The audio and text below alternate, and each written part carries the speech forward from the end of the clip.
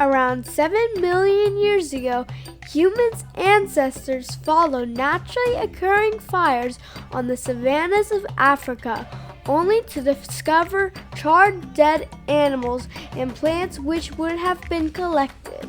Once they learned how to control fire, it would have been useful in many ways by providing light and heat. About 12,000 years ago, man started to work the land and figure out how to farm. Farming gave humans extra time for proper shelters to be built near their food sources. With human intelligence and the technologies of the time, humans were able to plan ahead and have better control of their future. Around 2500 BC, the 3 pyramids of Giza were built from quarried stone using nothing but stone and copper tools. Around the same time, humans developed math, and about 1500 years later, in 1000 BC, astronomical observations were being recorded on clay tablets in Mesopotamia. 1200 to 500 BC was when humans started working with iron. Iron was a huge advancement in building of tools. It wasn't until approximately 1300 AD when glass was invented.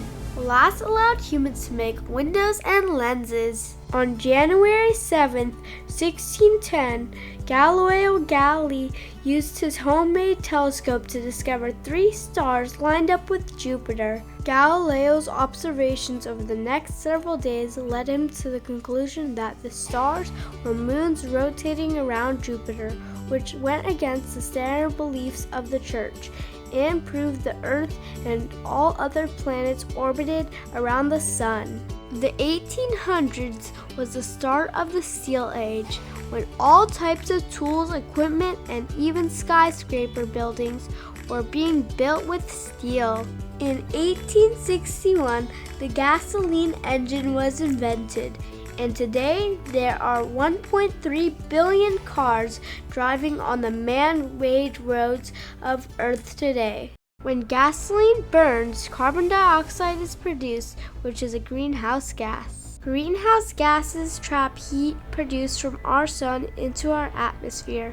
When this heat is trapped in our atmosphere, the global temperature of Earth will rise. This rise in temperature will cause changes in weather patterns, ocean currents, ocean tide levels due to ice melting at north and south poles. If humans don't make big changes soon to the amount of greenhouse gases put into the atmosphere, scientists are afraid that the changes might not be reversible and could run away out of human control.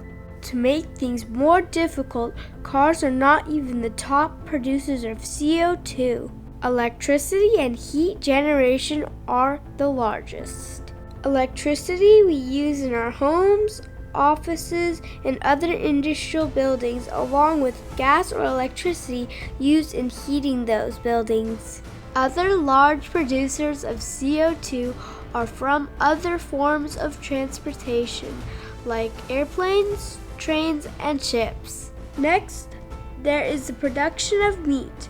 People don't like to talk about this one as much because we almost all like to eat our steaks and hamburgers. Almost 15 pounds of CO2 is produced from each pound of meat produced.